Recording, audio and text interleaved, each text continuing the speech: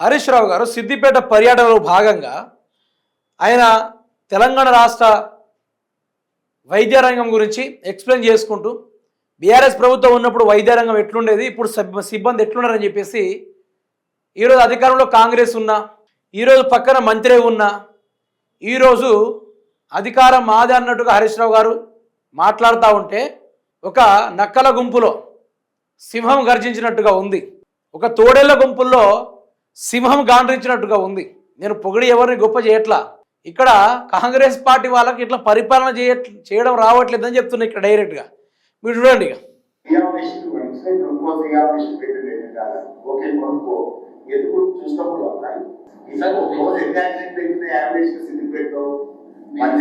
First మన హాస్పిటల్కి వచ్చినాక ఎందుకు పేషెంట్ బయటకి బయటకు వెళ్ళిపోతున్నారు, హౌ మెనీ పేషెంట్స్ జాయిన్ అయిన తర్వాత బయటకు వెళ్ళిపోయి ఇదే సిద్దిపేటలో ప్రైవేట్ హాస్పిటల్లో ఎందుకు చేసుకుంటున్నారు, ఏం చేస్తుంది డాక్టర్ డిపార్ట్మెంట్ సూపరింటెండెంట్ వాళ్ళు 84 ఎట్లయితే చెప్పు మైనస్ తో కలుపుకొని 300 అంటే రోజు యావరేజ్ 12 చేసి తీయాలి.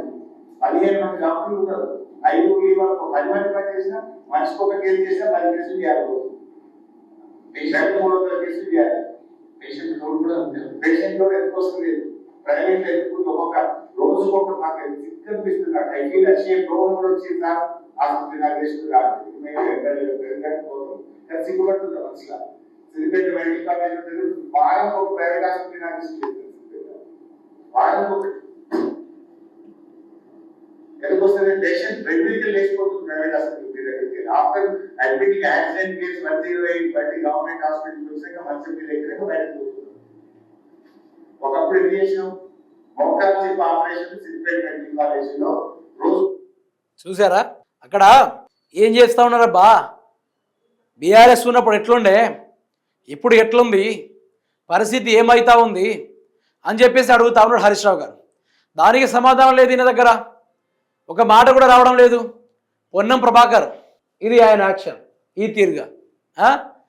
ఈరోజు కాంగ్రెస్ పార్టీ అధికారంలో ఉన్నా కూడా గాడిద గుడ్డు మీద ఈకలు గుంజే వరాలు వీళ్ళది ఏముండదు.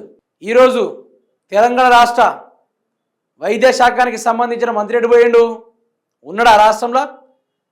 అసలు వైద్య రంగంలో ఏం జరుగుతుందో కొంచెమైనా సోయి ఉందా ఆయనకి? ప్రభుత్వ హాస్పిటల్స్లో ఈరోజు సిలిండర్స్ లేవు, ఈరోజు వాళ్ళకి కావాల్సిన సరైన వసతులు లేవు, ఏదైనా ఎమర్జెన్సీ వస్తే ఎమర్జెన్సీ వార్డుకి సంబంధించిన ఎక్విప్మెంట్స్ లేవు, అక్కడ డాక్టర్స్ ఉండట్లేదు. ఏం జరుగుతుందని చెప్పేసి హరీష్ రావు గారు తనిఖీలు చేయడంతో నిన్న కరెంట్ డిపార్ట్మెంట్లో అడ్డంగా దొరికిపోయారు.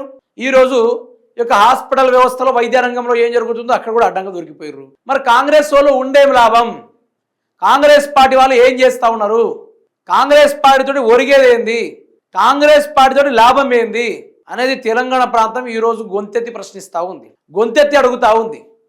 అడుగుడగున ఈరోజు మిమ్మల్ని ఏం చేయాలని చెప్పేసి ఉతికారేస్తూ ఉంది. అయినా కూడా ఇంత సోయి లేకుండా ప్రవర్తిస్తుంది ప్రభుత్వం. ఈరోజు మినిమం ఇంత ఆలోచన లేకుండా ప్రవర్తన చేస్తూ ఉంది ప్రభుత్వం. ఈరోజు హరీష్ రావు గారి యొక్క చూసారా, తెలంగాణ రాష్ట్రంలో ఒకటి గమనించారా మీరు, అధికారంలో కాంగ్రెస్ ఉంది కానీ ఆట ఆడిచ్చేది మాత్రం బీఆర్ఎస్ఏ.